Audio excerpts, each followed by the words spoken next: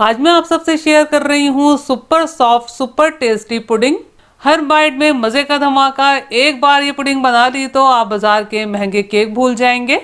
मेरा ख्याल है कि इससे ज़्यादा हेल्दी मीठा शायद ही कोई हो।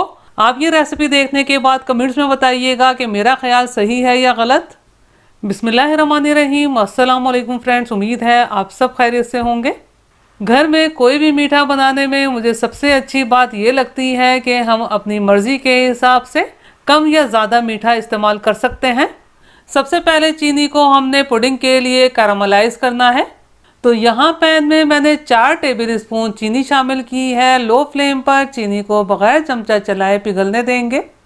ख्याल रहे कि चीनी को कैरामलाइज करने के लिए चमचा नहीं चलाया जाता, बस ये खुद ब खुद चीनी पिघलती चली जाती है और कैरामलाइज होती चली जाती है।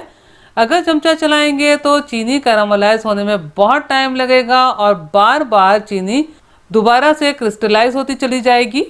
जब किनारे पर से चीनी कैरामलाइज होना शुरू हो जाए तो आपने इस तरह से पैन उठाकर लो फ्लेम पर ही मूव करना है, तो तमाम चीनी पिघल कर कैरामलाइज हो जाएगी।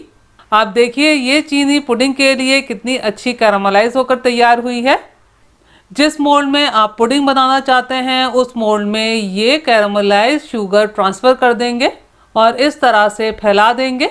यहाँ मैंने तकरीबन 6.5 इंच का मोल्ड इस्तेमाल किया है। इसे साइड पे रख देते हैं और पुडिंग बनाने का बाकी प्रोसेस पूरा करते हैं।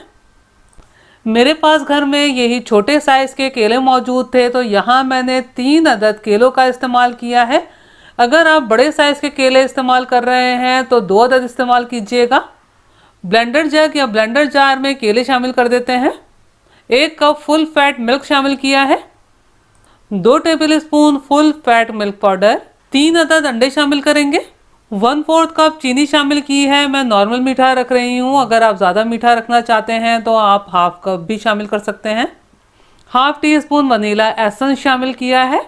एसेंस का इस्तेमाल ज़रूर कीजिएगा ताकि अंडों की स्मेल ना आए।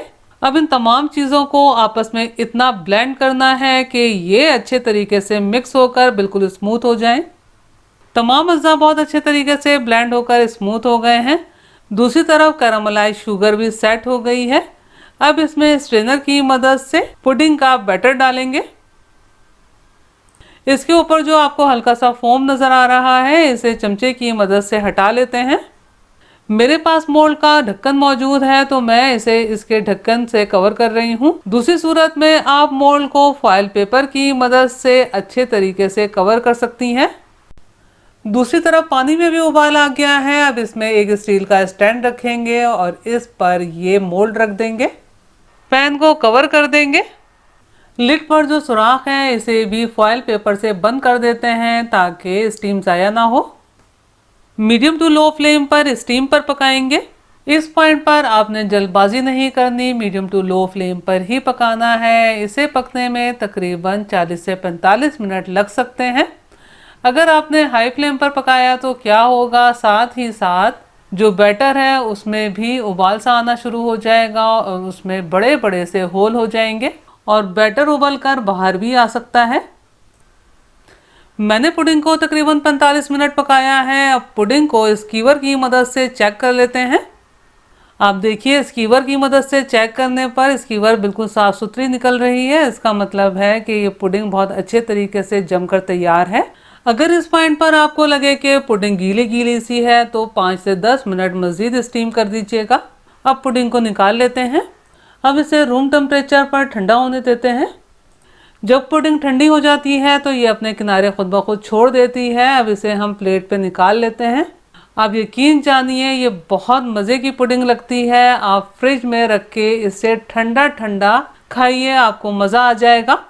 तो आपने मेरे तरीके से ये बनाना पुडिंग ज़रूर बनानी है और मुझे कमेंट्स करके बताना है कि आपको ये पुडिंग कैसी लगी।